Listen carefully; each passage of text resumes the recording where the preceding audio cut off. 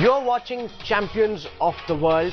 I've got Arjuna Ranatunga, Mohammad Azharuddin, Nasir Hussain and Sourav Ganguly with me on the show, and we'll be looking very closely at India's performance in the two games that we've seen so far. Lots of things for the team and for the fans to think about, and I take up the first big question that we're looking at, and we'll get our panel to comment on this. Can India forget hopes of winning the World Cup if the bowling attack continues to remain as weak, insipid as it has been in the first two matches?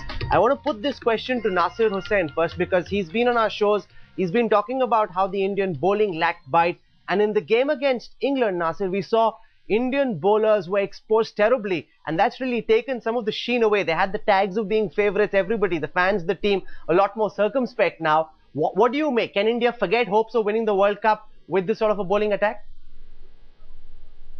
Oh, no, not at all. I mean, a lot of the bowlers have struggled in this tournament. There's been some flat pitches, so I think it's just a bit of a reality check for the team and all of India, who just presumed that they were going to stroll through this tournament and win it. That's not the way how World Cup works. I mean, Arjuna could tell you that in the studio. What it does say is on flat pitches, and that was a very flat pitch. It skidded on under lights beautifully for England.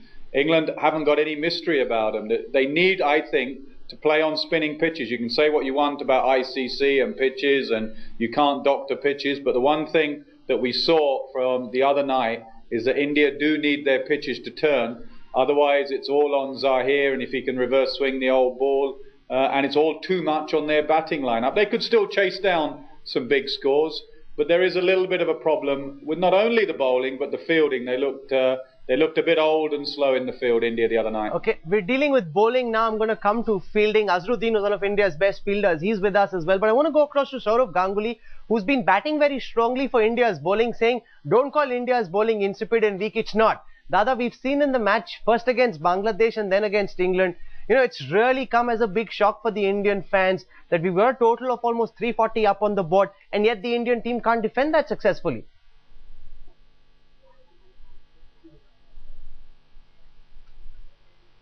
Yeah, I'm sure India is worried about this, that they've not been able to defend 338. But I think we have to give them a chance. It's one game where India has performed not up to the standard. They haven't lost the game yet. So let's not be too harsh on them. England played outstandingly in that game and deserves credit. The innings Andrew Strauss played on that particular day, it's one of the best one-day innings I've seen for a long time, especially fielding for 3.5 hours and coming out and batting so well during that period. So you also have to give a lot of credit to the England batting, the way they've come out and chased 338. I've seen a lot of teams go down mentally once you chase 338. And okay, I can understand you criticize the Indian bowling, but the English bowling also went for 338 runs, who are supposed to have a better seam attack than India. But it's still early days, and I'm sure India will take lessons from this bowling performance and will come out as a better bowling unit the next game. They will just have to think about their composition, whether 2 and 2 is the right way to go forward. I somehow feel that's not the right way. They should assess the wicket, and if it's a flat batting deck, might as well play with 5 bowlers. Arjuna, fans in India are very worried about Indian bowling now. Sourav Ganguly says the English batted brilliantly. How much of it had to do with the brilliance of the English batting, and how much it had to do with the fact that the Indian bowling simply wasn't potent? I think England came out with a very good game plan. I think they were planning to get Strauss to bat till end. I think that was a success. You need to implement things according to the first innings. That's how you can chase. I think in 1996 we used to chase pretty well because that we had the depth in the batting. I still feel that India doesn't have to panic too much, but only thing is they have to pull their socks.